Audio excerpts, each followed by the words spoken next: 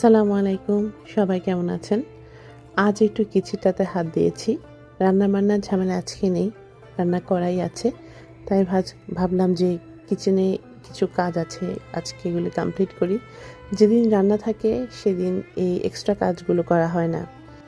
আজ যেহেতু ভাবলাম রান্না নেই, তাই এই কাজগুলো শেষ করি। রান্নাঘরের আনাচে-কানাচে এই কাজগুলো যেন প্রতিদিনকে হাত দিতে পারি না। তাই বেশ অনেকটা ময়লা হয়ে গেছে।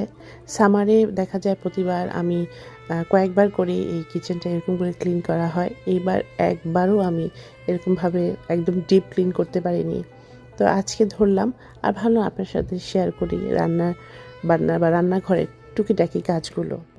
আমি আমার মায়ের মুখে একটা কথা সবসময় শুনেছি একদম ছোটোবেলা থেকেই।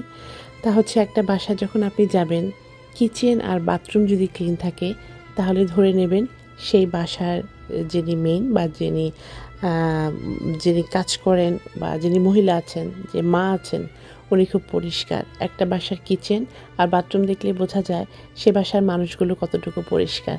আমি বলছি না যে আমি একদম 100% পরিষ্কার, বাট বিশ্বাস করেন সবসময় আমার কিচেনের প্রতি একটা অন্যরকম আগ্রহ। কিচেনটা আমার পরিষ্কার রাখতেই হবে, আর বাসার বাথরুমগুলো আমার ঝকঝকে পরিষ্কার হওয়াই চাই।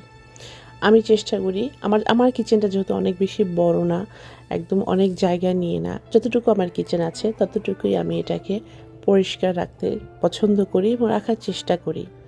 একটা কিচেনে আমি যেহেতু সারাদিন আমিই থাকি আর আমার আন্ডারেই পুরো কিচেনটা, তো সেই জন্যই আমি একা হাতে সব কিছু করছি, এতে গোছাতে কিন্তু অনেক সুবিধা।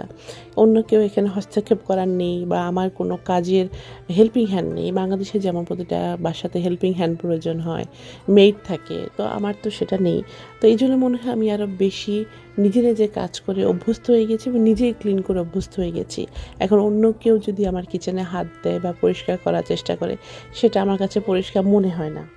যারা আমরা বিদেশে থাকি তারা হয়তো সবাই আমার মতো এরকমভাবে চিন্তা করেন, কারণ আমরা সবাই কিচেনে একা কাজ করি। এখানে তো আর কেউ নেই, নিজেরটা নিজেই করতে হয়।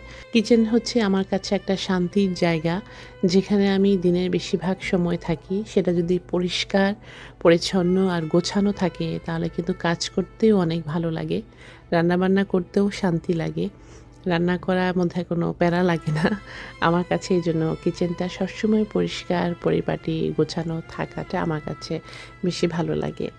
তো আজকে এই গোছাতে গোছাতে আপনাদের সাথে গল্প করলাম, আর এর মধ্যেই আমি পুরো কিচেনটাই মোটামুটি একটা ডিপ ক্লিন করে ফেলেছি। এই একটা পাশ আমার যেমন একটু বেশি ময়লা হয়েছিল, একটু অগোছালোও ছিল, তো সেটাও হয়ে গেল। তো আশা করি আপনাদের ভালো লেগেছে।